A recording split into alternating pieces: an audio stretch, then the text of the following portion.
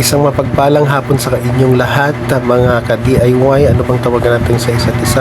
Andito na naman kami ngayon sa NLC. Itong mga batang ito ay mayroon silang activity na ginawa po. Tinatawag po ito gallery walk, and let them discover our new lesson through spelling, through problem solving, through understanding and explanation of their art output.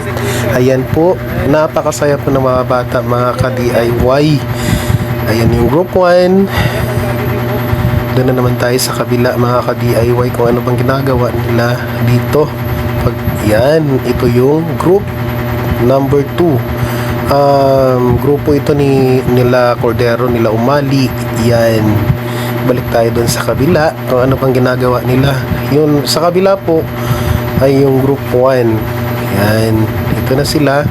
Tapos na sila doon sa activity number 1 nila. Dito na naman sila sa activity number 2. Ayan, iniisa-isa ko talaga ipadikit yung ibang mga materialis natin para hindi sila magkagulo, mga ka-DIY. Ayan siya. Yan, tapos na naman yung isang grupo. Doon na naman sila sa loob ng ating TLS na ginawa po. Ayan, kasi hindi pa po na-turn over yung mga classroom natin dyan sa Manungol Central Elementary School. Ayan yung isang pangkat. Ayan, nagkagulo-gulo sila kasi yung mga salita, giscramble ko lang po yan, at saka may mga meaning yung mga salitang iyon para makuha nila kaagad yung sagot. At saka dito sa labas, may mga words din dyan na mga salita o paragraph po na kanilang i-analyze, i-understand, at saka sasagutan nila po. Yan, ito. Yan, may instruction dyan binigay ko.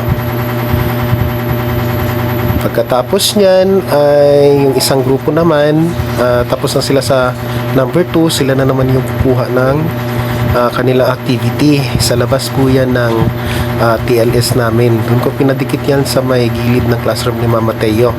Ang saya-saya ng mga bata, mga ka-NLC. Ayan na sila. Pagkatapos ay isinulat nila sa blackboard o sa chalkboard yung mga sagot nila.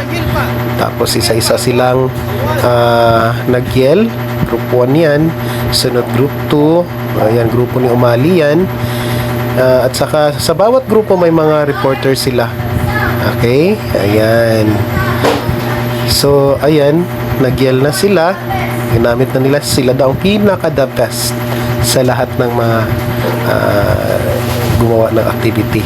Pagkatapos, binasa ng reporter ang kanilang ginawa through sa spelling at saka yung mga initial na mga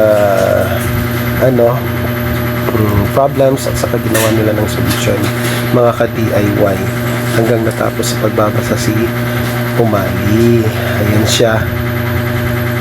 Ayan, pagkatapos niyan, pagbabasa niya ay doon ko na po ginawa yung pinakahuling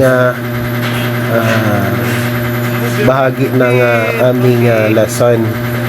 Pagkatapos niya, mayroon pang kasunod. Yan, grupo yan ni Jimenez. Ayan, nagpaalam na sa akin po na magsisimula na sila, nag-yell na po sila. Sila din ang pinakamahusay, sabi nila. Go away, group 3 is on the way, group away. Yan ang sabi doon nila sa kanilang yell. Ayan, pagkatapos ay binasa ng leader nila na si Jimenez. Ayan, iniisa-isa niya talaga yung mga sagot niya. Ayan, number 1, number 2, number 3, number 4, number 5, number 6. Ayan, napakasaya ng mga bata po sa activity natin ito sa buong maghapon. Ayan, pero iba yung klase natin sa morning, ha. Dinivide ko mo ng 3. Mayroon tayong English, mayroon tayong Math, at saka Filipino. Ito siya ay yung Math na hinaluan ko ng English para naman marunong sila na at Filipino. Okay, pagkatapos nyan ay itong pinakahuli na grupo, itong grupo ni Asuncion. Ayan siya. Medyo mahihain po yung grupo niya, pero pinapasyo ko po yung mga confident nila para sa ganon pagdating ng klase ay confident na talaga sila sa pag-face ng ng kanilang pag-aaral at sa kanilang sarili. Lahat ito sila ay marunong na pumasa. Pero may kakaunti lang na hindi pa masyadong mapaspas, mabilis bumasa. Pero okay lang, mahilot man na kung sabsaya pa.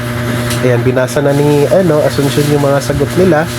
At saka pagkatapos niyan, pagbasa niya, lahat ay syempre naman i-check ko yan lahat yung mga work nila na naisulat doon sa chalkboard o sa blackboard.